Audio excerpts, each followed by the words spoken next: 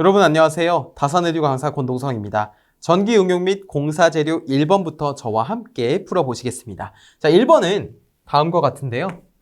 전기 철도의 매설관 측에서 시설하는 전식 방지 방법에 대해서 물어봤습니다. 여러분, 전식이라고 하는 것은 무엇이죠? 전류가 되돌아가지 못하고 대지로 누설되어서 수도관이라든지 이런 관들을 따라 흐르다가 다시 유출됨으로써 그 유출되는 부분에 발생하는 부식을 전식이라고 하죠. 쉽게 말해서 전류로 인한 부식을 말하게 됩니다. 자, 이러한 지중관로 측에서 시설하는 전식 방지 방법에는 크게 세 가지가 있습니다. 첫 번째는 배류법, 두 번째는 매설 금속체를 대지와 절연시키는 것이고요. 세 번째는 저전이 금속을 매설하는 겁니다. 매설관 위에. 자, 우리가 배류법에는 또 두 가지로 나뉘게 되는데 첫 번째는 선택 배류법이 있고요. 두 번째는 강제 배류법이 있어요.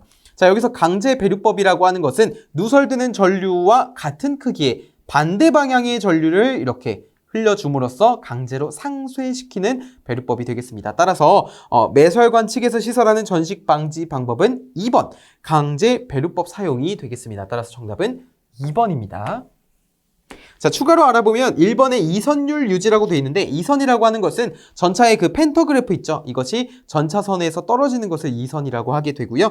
보조귀선이라든지 임피던스 본드를 설치하는 것은 귀선, 그러니까 전류를 귀선시키려는 목적으로 설치되는 것이라고 보시면 되겠습니다.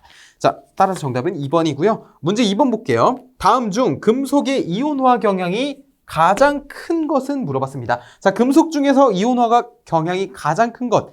칼륨이고요. 가장 낮은 것은 금입니다. 금. 근데 1번 보시면 ZN이라고 되어 있는 건 아연이죠. FE는 뭐죠? 철입니다. 그 다음에 K는 칼륨, AU는 금인데요. 가장 큰 것을, 가장 높은 것을 고르라고 했기 때문에 3번을 골라줄 수가 있겠죠.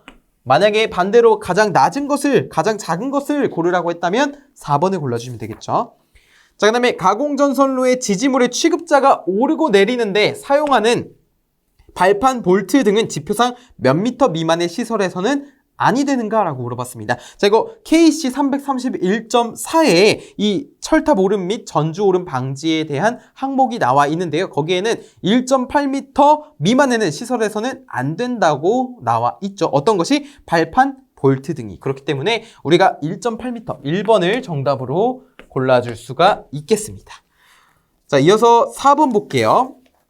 개폐기 중에서 부하전류의 차단 능력이 없는 것을 물어봤습니다. 1번 OCB. OCB는 뭐죠? 오일 서킷 브레이커. 유입 차단기죠. 차단기이기 때문에 부하전류 개폐 가능하고요. 자, 두 번째 OS는 유입 개폐기죠. 이것도 부하전류 개폐가 차단 능력이 가능합니다. 개폐가 가능하다는 거예요. 자, 3번에 있는 DS는 뭐죠? 디스커넥팅 스위치. 단로기죠. 단로기는 무부하전류만 이렇게 개폐가 가능합니다. 아주 작은 충전전류 또는 여자전류 아니면 무부하 시에만 개폐가 가능하고요. 또는 차단기가 반드시 열려 있어야지만 이 단로기를 조작할 수가 있습니다. 그래서 정답은 3번 단로기가 되겠어요.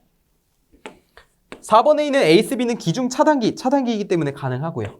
그렇죠? 자, 5번 보겠습니다. 5번은 다음과 같죠. 특유 속도가 가장 낮은 수차를 물어봤습니다. 1번 펠톤, 2번 사류, 3번 프로펠러, 4번 프란시스 수차 이렇게 되어 있는데 자, 우리가 특유 속도가 가장 낮은 순으로 나열해라 라고 했을 때는 펠, 프, 사, 카만 기억하시면 됩니다. 뭐라고요? 펠톤 수차, 프란시스 수차, 사류 수차, 카플란 수차. 그 다음에 만약에 큰 순서로 나열해라 그러면 거꾸로 하면 되죠. 카, 사, 프, 펠. 또는 유효낙차가 작은 순서로 말하라고 했을 때도 카, 사, 프, 펠이 되고요. 자, 근데 문제에서 물어보는 것은 특유 속도가 가장 낮은 수차를 물어봤기 때문에 이러한 수차들 중에서 가장 특유 속도가 낮은 거 펠톤 수차를 골라주시면 되겠습니다. 따라서 정답은 1번이 되겠습니다. 자, 이어서 6번 보겠습니다. 네온 방전 등에 대한 설명으로 틀린 것은 이라고 했는데요. 이 내용은 이제 KC의 굉장히 넓은 범주에서 다루고 있는 내용입니다. 1번 볼게요. 네온 방전 등에 공급하는 전로의 대지 전압은 300V 이하로 하여야 한다라고 되어 있는데요. 이 내용은 KC 234.12.1항에 나와 있습니다. 네온 방전 등 적용 범위에 따르면 전로의 대지 전압은 300V 이하로 하게끔 규정이 되어 있고요. 다음에 의해서 시설해야 됩니다. 자, 그리고 1번은 맞는 설명이고요. 그래서 네온 변압기 2차 측은 병렬로 접속해서 사용하여야 한다라고 되어 있는데 이 네온 변압기 2차 측은요 병렬로 접속해서는 안 됩니다. 요거는 234.12.2 네온변압기 항에서 다루고 있는 항목으로 네온변압기는 2차 측을 직렬 또는 병렬로 접속해서 사용하지 말 것이라고 구성이 되어 있어요. 규정이 되어 있어요. 그렇기 때문에 정답은 2번이 되겠고요. 자, 추가로 알아보면은 관등회로의 배선은 애자공사로 시설해야 되고 관등회로의 배선에서 전선과 전선 이러한 상호 간의 이격거리는 60mm 이상으로 하여야 되게끔 규정을 하고 있습니다. 어디에서요? KC 234.12.3 항에 따라서요. 자, 따라서 6번에 대한 정답은 2번이 되겠습니다. 병렬로 네온변압기 2차 측을 접속해서는 안 되겠습니다. 7번 일정 전류를 통하는 도체의 온도 상승 세타와 반지름 R의 관계에 대해서 물어봤는데요. 자, 우리가 전선 있죠? 전선이 직선인가요? 아니죠. 입체죠. 그러니까 원통형의 도체잖아요. 자, 이것을 크게 그려보면은 이러한 형태를 띌 겁니다. 그쵸? 자, 여기서 이 하나의 전선의 단면적이 있다면 반지름도 있겠죠? 반지름을 소문자 R이라고 하고요. 단면적은 그럼 뭐예요? R이라고 했을 때 파이 R 제곱이 됩니다. 좋아요. 자, 그 다음에 길이는 뭡니까? L이에요. 전선의 길이를 L이라고 했을 때 우리가 전선의 표면적, 이 원통 건널비 어떻게 구하죠? 표면적? 요 옆면이잖아요. 옆면은 길게 늘어뜨리면 이러한 직사각형이 됩니다. 맞습니까? 직사각형 넓이 어떻게 구하죠? 가로 곱하기 세로잖아요. 근데 가로가 뭐냐면 요 원의 둘레입니다. 그쵸? 그러면은 요 옆면 넓이 이거 어떻게 구하죠? 가로가 2파이 R이고 L이니까 결국에 이 넓이 S라고 하는 것은 2파이 R의 L인 것을 알 수가 있죠.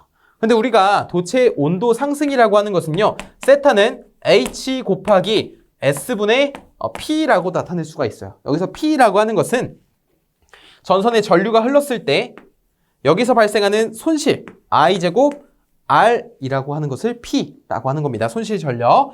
자, 그래서 H 곱하기 S분의 P로 나타내요. 여기서 H라고 하는 것은 열 방산 계수가 되는 것이고요. 자, 그다음에 S라고 하는 것은 열 방산 표면적인데 여기서는 2파이 RL이 될 겁니다. 자, 그다음에 I제곱 R로서 이것을 바꿀 수가 있겠죠. P를 I제곱 R로서 바꿀 수가 있어요. 자, 그래서 우리가 한번 바꿔볼 거예요. 어떻게? 이렇게 바꿔볼 거예요.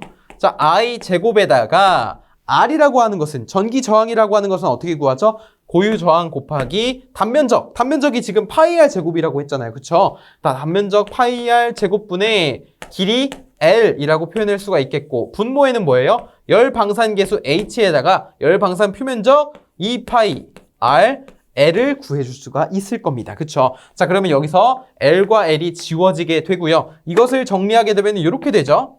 H 곱하기 2파이 제곱의 R의 세제곱분의 I 제곱의 고유저항 로우가 될 겁니다.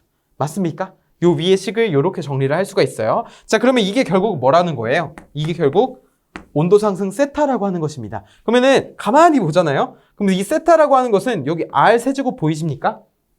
그쵸? 그러면 이 R 세제곱을 제외한 나머지 요 부분을 상수 취급해서 K라고 할 거예요.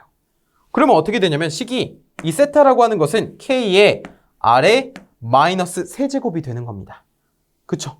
결국에 뭡니까? 반지름이 크면 클수록 온도 상승은 줄어들게 되더라, 반비례하더라 라는 것이 핵심이 되겠죠. 따라서 이것을 나타내고 있는 식이 2번이 정답이 되는 것입니다.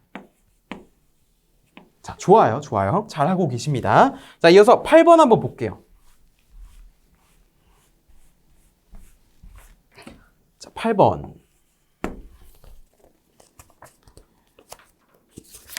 배전반 및 분전반에 대한 설명으로 틀린 것은 이라고 했는데 요거는 이제 KC 232.8 항에 따르면 옥내에 시설하는 저압용 배전반, 분전반 등의 시설에 대해서 규정하고 있습니다. 자, 1번 노출된 충전부가 있는 배전반 및 분전반은 취급자 이외의 사람이 쉽게 출입할 수 없도록 시설해야 하고요. 설치해야 하고요. 자, 옥내에 설치하는 배전반 및 분전반은 불연성, 불에 타지 않는 거, 난연성, 불에 강한 거. 그쵸? 난연성이 있도록 시설해야 되겠고요. 옥내에 시설하는 저압용 배전반 또는 분전반의 기구 및 전선은 쉽게 점검할 수 있어야겠죠. 점검이 용이해야 되겠죠.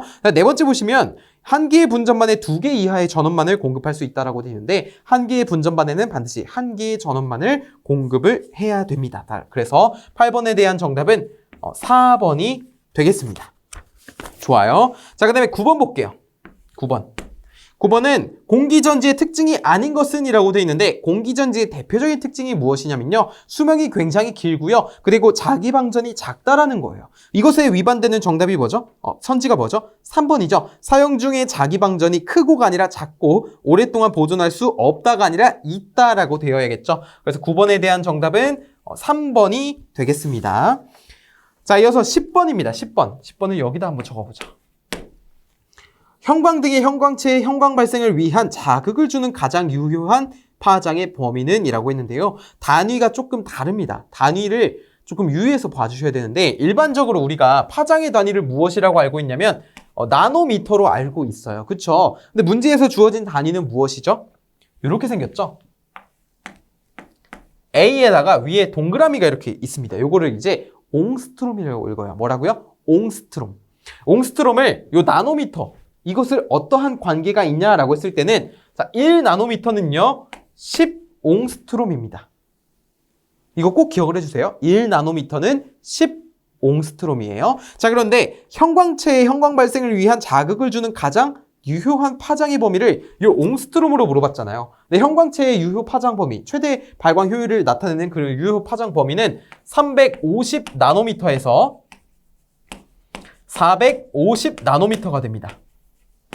자, 그래서 이것을 옹스트롬으로 바꾸게 되면 어떻게 되냐면 3500옹스트롬부터 4500옹스트롬이 되는 거예요. 여기다가 만을 곱해주면 됩니다. 만.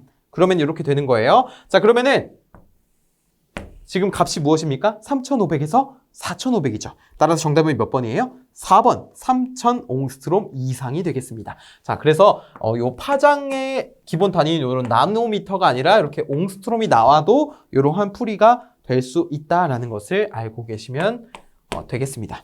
자, 11번 볼게요.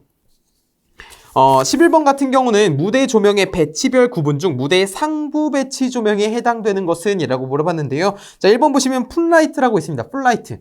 풋, 발이죠, 발. 발은 어디예요? 무대 하부의 조명에 해당이 되죠. 자, 2번에 있는 타워라이트는 무대 좌측 또는 우측의 그런 측면에서 중앙을 비추는 조명을 타워라이트라고 하고요. 3번 실링 스폿라이트라고 하는 것은 객석의 상부입니다. 무대 상부가 아니라 객석의 상부 천장 위에서 무대를 비추는 조명을 말해요. 자, 그 다음에 서스펜션 스폿라이트라고 하는 것은 무대 상부에서 연기면 포인트의 세부 조명을 비추는 조명이 되겠습니다. 그래서 11번에 대한 정답은 4번이 되는 겁니다. 4번.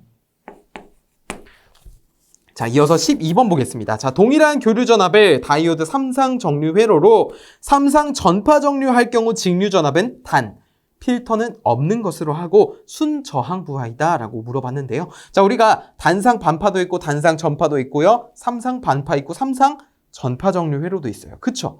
그런데 우리가 여기 문제에서 주어진 교류전압 2라고 하는 것은요, 이 보기 선지에 따르면 아마도 상전압이라고 주어진 듯 합니다. 그래서 1번 보시면 0.452라고 되어 있는 거, 이거 단상 반파 1대 직류 출력 평균 전압이고요. 0.92는 단상 전파, 1.17은 삼상 반파, 2.34는 삼상 전파가 될 겁니다. 그래서 정답은 4번이 되는 거예요. 만약에 선간 전압으로 주어졌다라고 한다면 1.35V가 되겠죠. 자, 근데 2.34라고 주어졌으니까 상전압이구나 라는 것을 알 수가 있는 부분이고요. 자, 13번에 금속관 규격품이죠. 규격품 일본의 길이는 약 몇 미터인가 라고 물어봤는데 이거는 한국 산업 표준에 따르면 3660mm라고 주어져 있습니다. 그렇기 때문에 이것을 미터로 환산하면 뭐예요? 3.66m죠. 따라서 정답은 2번이 되는 것입니다. 좋아요. 잘하고 계세요. 자, 그 다음에 14번 볼게요.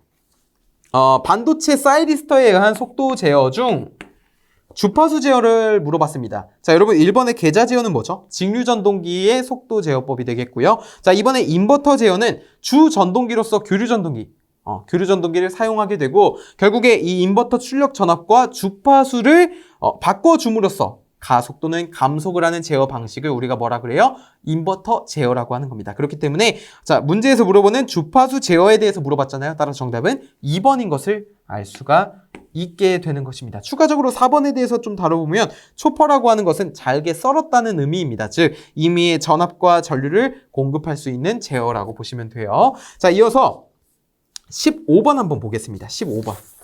15번은 전동기의 전격에 대해서 물어보고 있는데요. 전동기의 전격에는 크게 4가지가 있습니다. 첫 번째, 연속 전격이 있고요.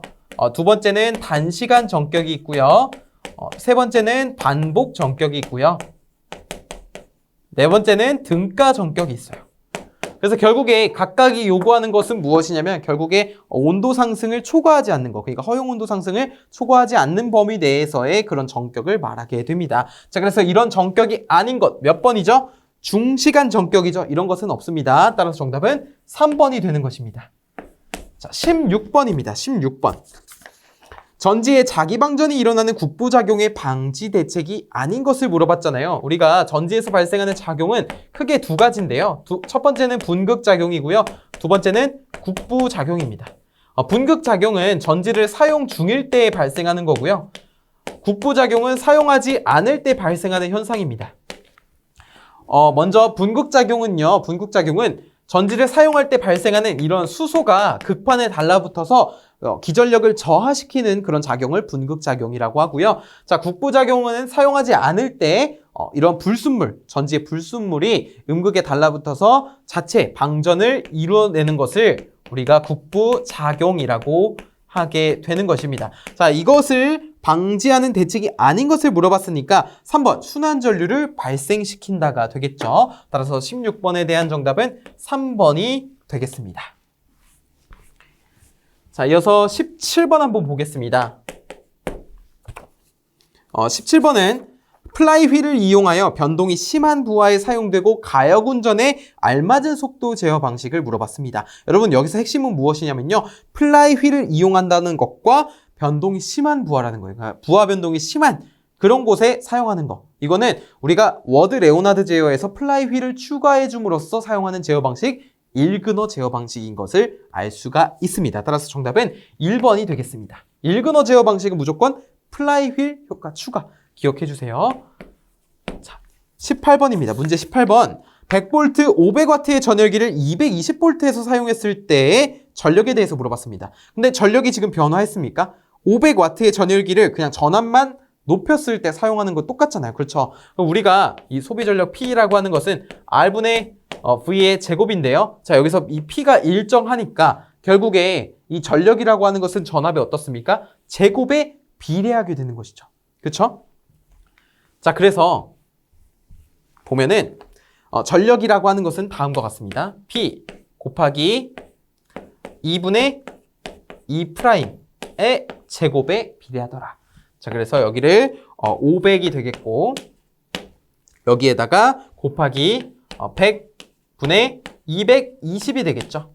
자, 이거의 제곱이 될 겁니다. 그쵸? 전력에 대해서 물어보는 거죠. 자, 그래서 여기를 2420W라고 표현할 수가 있게 되는 것이죠. 제가 전력이 일정하다라고 말했는데 그거 무슨 말이냐면 그냥 500W의 전열기를 전압이 달라졌을 때 그 전력값이 처음에도 일정하고 나중에도 일정하다 이런 뜻이니까 너무 헷갈려 하지 않으셨으면 좋겠습니다. 그냥 처음에 초기 전력 500W에다가 전압을 승합시켰을 때 요 소비 전력의 변화 P는 R분의 V 제곱 요 공식을 또는 V 말고 2라고 표현해도 되죠. 결국에 전압의 제곱에 이 전력은 비례한다는 그런 특징을 가지기 위해서 제가 그냥 일정하다라는 표현을 썼지만 결국에는 전력이라고 하는 것은 전압의 제곱에 비례한다가 핵심이 되겠습니다.